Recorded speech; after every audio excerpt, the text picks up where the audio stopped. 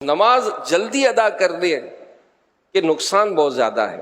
رسول اللہ صلی اللہ علیہ وآلہ وسلم کا ارشاد سنیے، فرماتے ہیں کہ لوگوں میں سب سے بدتر چور وہ ہے جو اپنی نماز میں چوری کرتا ہے۔ صحابہ کرام علیہم رضوان نے عرض کی، یا رسول اللہ صلی اللہ علیہ وآلہ وسلم، کوئی شخص اپنی نماز میں کس طرح چوری کر سکتا ہے؟ تو آپ صلی اللہ علیہ وآلہ وسلم نے ارشاد فرمایا، جو اس کے رکوع و سجود پورے نہیں کرتا۔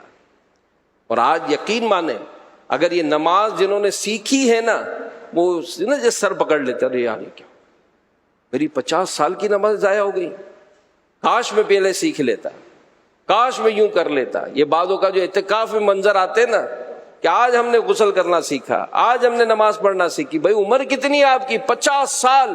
نماز کب سے پڑھ رہے ہیں؟ جی بچپن سے پڑھ رہے ہیں۔ ارے بچپن سے نماز پڑھی تو یہ نمازیں تو قبول ہی نہیں ہوں گی۔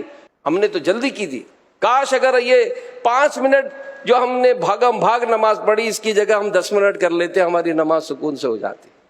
تو جلدی نہ کریں۔ حضرت عبد الرحمن رضی اللہ عنہ فرماتے ہیں، نبی پاک صلی اللہ علیہ وآلہ وسلم نے کوے کسی ٹھونگ یعنی چونچ مارنے اور درندے کی طرح ہاتھ بچھانے سے منع فرمایا۔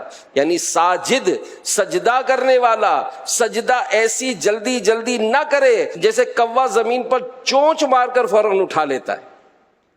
بعض اوقات آپ کو یہ نظارے ملیں گے، آپ توجہ سے نماز پڑھنا شروع کریں تو آپ کو ایسی غلطیاں لوگوں کی سامنے آئیں گی کہ یار واقعی یار یہ غلطیاں تو میں بھی کرتا تھا۔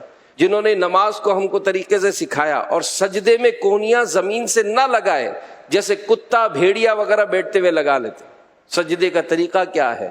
ناک کس طرح جمانی ہے، پیشانی کس طرح جمانی ہے، سجدے میں انگلیاں کیسے رکھنی ہے، قیام کے لیے ہاتھ کیسے اٹھانا ہے، ہاتھوں کو باندھنا کیسے ہے، رکوع میں ہاتھ کیسے رکھنے، یہ ساری باتیں جب ہم سنتے ہیں تو یہی سامنے بات آ جاتی ہے کہ یار کاش پہلے سیکھ لیتے، کاش ہم پہلے دعوت اسلامی کے دینی ماحول سے وابستہ ہو جاتے۔